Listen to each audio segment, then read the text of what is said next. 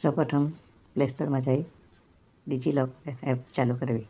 અહીં આપણે play store પર ક્લિક કરીશું. સર્ચ બારમાં ડિજિલોકર એવું લખીશું. લખીને આવી જાય છે તો આ સેકન્ડ નંબરની ડિજિલોકર એપ ક્લિક કરીશું.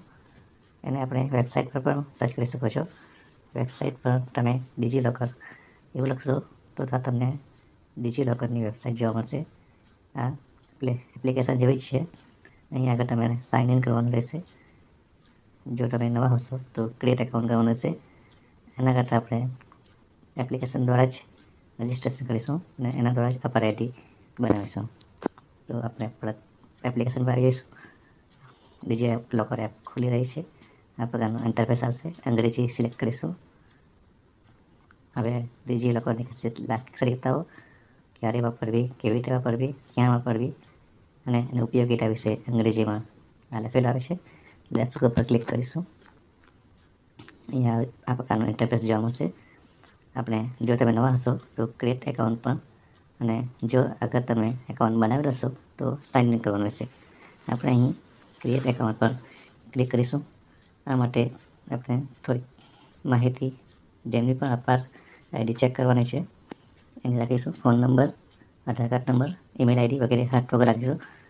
તો અહીંયા આગળ ક્રિએટ એકાઉન્ટ પર ક્લિક કરીશું. તો પ્રથમ ફોન, નામ, જન્મ તારીખ, male female, mobile number, email ID અને 6 આંકડાનો સિક્યુરિટી પિન નંબર અહીં આપણે ભરવાનો રહેશે.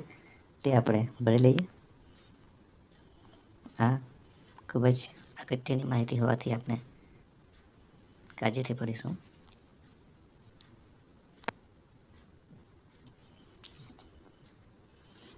આ બધી વિગત ભરાઈ ગયા બાદ 6 આંકડાનો સિક્યુરિટી કોડ જે ભવિષ્યમાં વાલી કે સ્ટુડન્ટને જરૂર પડશે તે બનાવીશું અને સબમિટ કરીશું.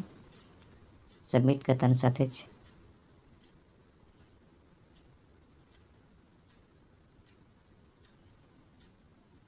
આ પ્રકારે ઓટીપી આવી જાય છે. જે મોબાઈલ નંબર તમે લખ્યો હતા ઓટીપી આવશે. હવે તમારે આધાર કાર્ડ નંબર લખવાનો રહેશે. આધાર કાર્ડ લખ્યા બાદ આધાર કાર્ડ સાથે લિંક મોબાઈલ પર ઓટીપી જનરેટ થશે. એટલે આ સમયે જે તે બાળકના આધાર સાથે લિંક મોબાઈલ નંબર તમારી પાસે હોવો જોઈએ ઓટીપી લેવા માટે. ઓટીપી સબમિટ કરીશું.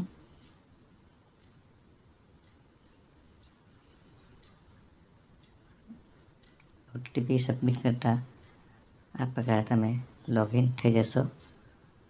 નોટિફિકેશન એલાઉ કરશો. અહીં તમને આધાર કાર્ડ, તમારા ડોક્યુમેન્ટ જોઈ શકાશે. નીચે સર્ચ બારમાં તમે અપાર આઈડી એવું લખશો એટલે અપાર કાર્ડ તમને અહીં જોવા મળશે.